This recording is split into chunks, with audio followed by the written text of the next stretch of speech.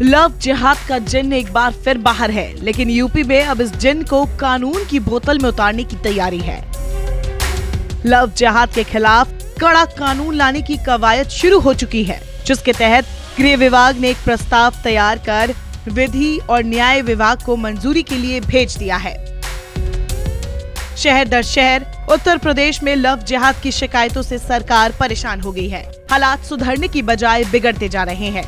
पूर्वांचल से लेकर पश्चिमी उत्तर प्रदेश तक लव जिहाद की शिकार युवतियां फरियाद कर रही है। ऐसे में यूपी की भगवाधारी सरकार इस पर शिकंजा कसने की तैयारी कर रही है।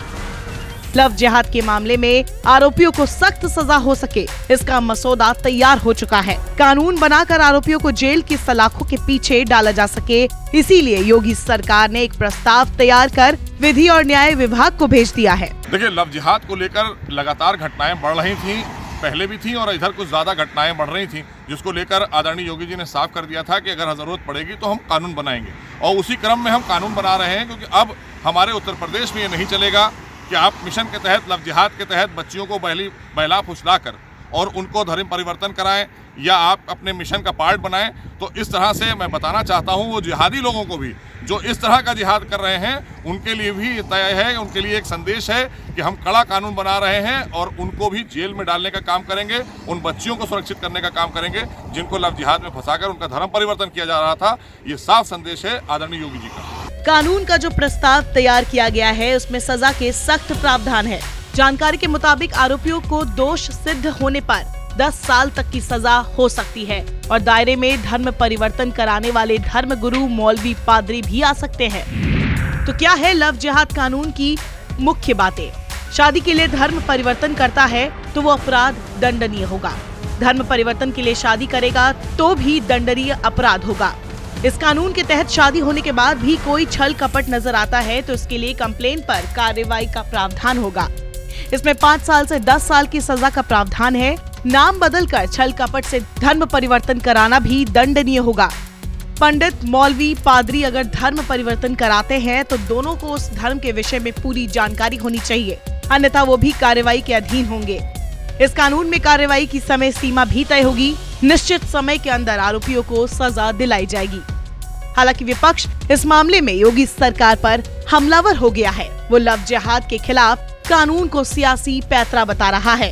हिंदुस्तान के अंदर में कोई व्यक्ति चाहे किसी भी जाति धर्म का हो, अगर अपनी पहचान छुपा के किसी महिला के साथ संबंध बनाता है, उससे दोस्ती करता है, उसको धोखा देता है तो क्राइम कहलाता है। इस पर उसको सजा मिलनी चाहिए और कानून में अच्छा प्रावधान में होना चाहिए। लेकिन भारतीय जनता पार्टी उस महिला को न्याय दिलाने में तो कम, लेकिन उसका राजनीतिकरण करने में ज्यादा विश्वास रखती है। समाज के अंदर में उसका राजनीतिक रूप रंग देने में ज्यादा विश्वास रखती है। ये हिंदुस्तान के समाज के लिए चिंता का विषय है। दूसरी तरफ मुस्लिम धर्मगुरु भी इस कानून के खिलाफ खड़े हो गए हैं। मुस्लिम धर्मगुरु इस कानून को संविधान के खिलाफ और अल्पसंख्यकों के उत्पीड़न की कार्रवाई से जोड़कर देख रहे हैं। देखिए, हमें इस बात पर कतई तौर पर एतराज़ है कि मजहब इस्लाम ने लफ्ज़ जिहाद को एक मुक़द्दस लफ्ज़ के तौर पर इस्तेमाल किया है, जिसके माने हैं किसी अच्छे काम के लिए जिद्दोजहद और कोशिश करना। उसको जिस तरीके से बार बार बदनाम करने की कोशिश की जा रही है, मनचाही और पसंद की शादी को लव जिहाद का नाम दिया जा रहा है, इस पर हम सख्त एतराज़ करते हैं। आपको कानून बनाना है, आप कानून बनाइए और एक कानून ऐसा भी बनाइए कि किसी भी लड़की की इज्जत, किसी भी लड़की की असमत न लूटी जाए। जिस तरीके से वाक़यात हो रहे हैं, एक हिंदू लड़का एक हिंदू लड़की का रेप कर रहा है, एक हिंदू लड़का एक हिंदू लड़की को जला रहा है, उस पर तो सरकारें खामोश नज़र आती हैं। लेकिन जब सियासी फ़ायदा हासिल करना होता है तो इस तरीके के टाइटल और इस तरीके के लव जिहाद के नाम पर प्रोपेगेंडा चलाकर कहीं ना कहीं अपने सियासी फ़ायदे को हासिल करने की कोशिश की जाती है। तो बड़े अफसोस की बात है कि लव जिहाद का मीनिंग हमारे शायद कुछ लोग नहीं जानते हैं। जिहाद का मतलब होता है कि एक परिवार को चलाना, या माँ अपने 9 महीने पेट में बच्चे को रख करके उसको पालती है, उसको दुनिया में, संसार में लाती है, तो वो 9 महीना भी उसका संघर्ष वो एक जिहाद है। एक रिक्शा चलाने वाला, एक मजदूर, एक प्रशासनिक अधिकारी, एक ईमानदार सरकार जो चला रहा है, वो अमन शांति के साथ और अपराधियों की और देश के दुश्मनों को चुनौती देते हुए अगर देश में सभी धर्मों का सम्मान करते हुए, आपसी सौहार्द को बरकरार रखते हुए, सभी को रोजगार देते हुए, संघर्ष करके और शांति प्रिय तरीके से एक विकासशील देश तैयार करता है, वो संघर्ष है। संघर्ष किसी नफरत का नाम नहीं है। और अगर किसी धर्म या समुदाय के नाम से आप लव जिहाद के कानून ला रहे हैं तो ये बहुत मर्यादाओं से हट करके है और ये अप्रिय है। बहरहाल यूपी की योगी सरकार ऐसे तमाम विरोधों के बाद भी अपने फैसले से पीछे हटने को तैयार नहीं है।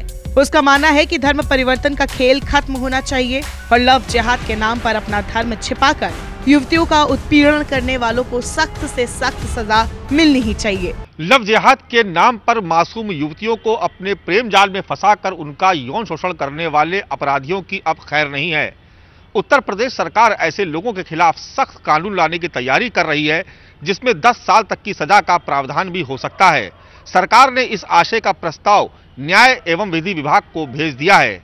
हालांकि सरकार की इस कवायद के बीच उत्तर प्रदेश में इस फैसले का सियासी विरोध भी शुरू हो गया है, लेकिन योगी सरकार अब अपने कदम वापस खींचने को तैयार नहीं है। कैमरा पर्सन धर्मेंद्र कुमार साहू के साथ मानस श्रीवास्तव, लखनऊ, न्यूज़ 24।